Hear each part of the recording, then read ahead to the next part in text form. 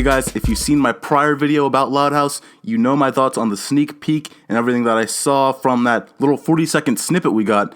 I just saw the first episode of what the Loud House will be, and I gotta say, it expands on everything that the teaser showed us. The personalities in every single one of these characters is just funny and cool and special. The way that they have Lincoln kind of being the narrator overall and giving the camera, giving the viewer an inside sort of perspective of what he's thinking. In most families, a kiddie table is something you only see at holidays.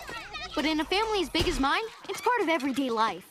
The shenanigans that he's into, it's just hilarious. It's cool. I love it.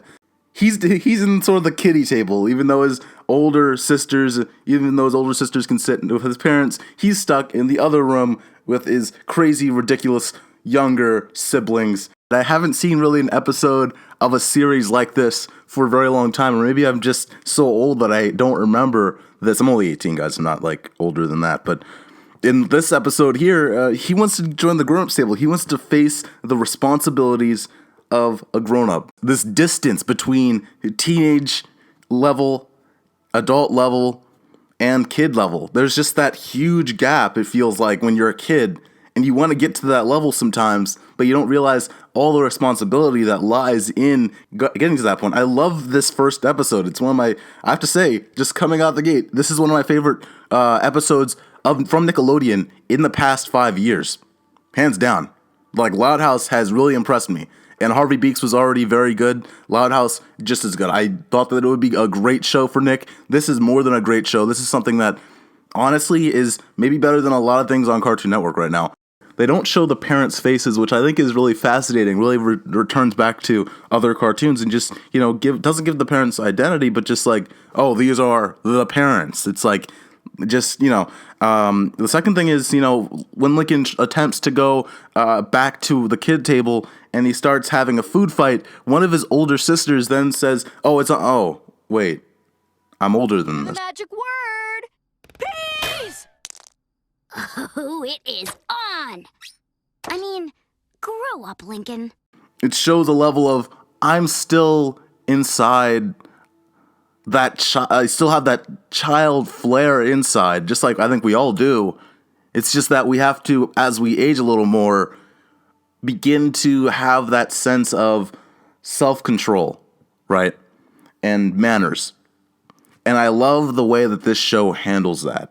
It's like, that is exactly how I felt. That's exactly how I felt during my childhood years when I was getting to that point. And it's just really nice to see the Loud House tackling this so well. I think it's brilliant.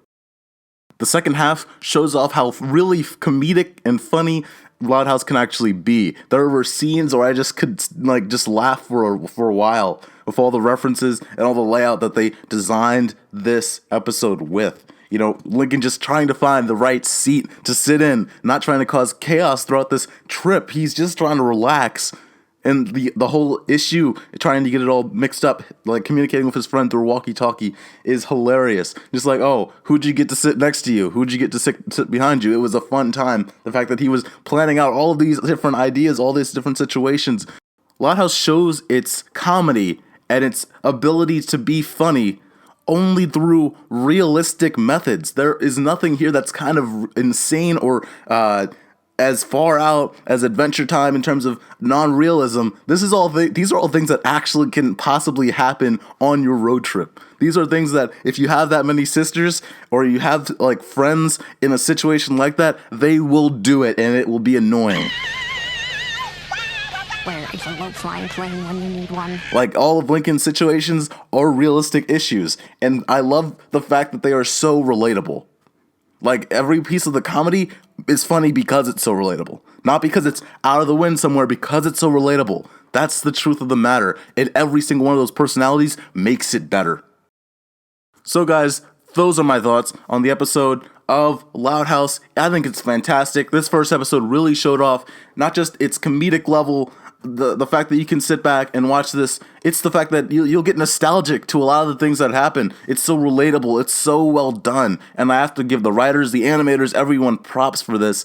I really have to say this is a great show. I recommend this for watching. Nickelodeon is getting back on track. It depends on how many times they show this on air in terms of where it is in the programming blocks. But I think that if they set it up right, this will definitely be one of those shows that is so well regarded in the next 10 years, so well regarded for the next 20. This is fantastic, and I can only tell you guys to watch it, to go out on Nick, and make sure that you pay attention to it, because hopefully over the next 3 to 4 years, it will stay just as good, if not get better, than how it already is. This first episode is by far one of my favorite episodes from Nickelodeon in the past 5 years. Guys, what did you think? Comment below. I'm Brent Swan. Stay tuned for more of The Loud House and just Nickelodeon in general. Thanks for watching.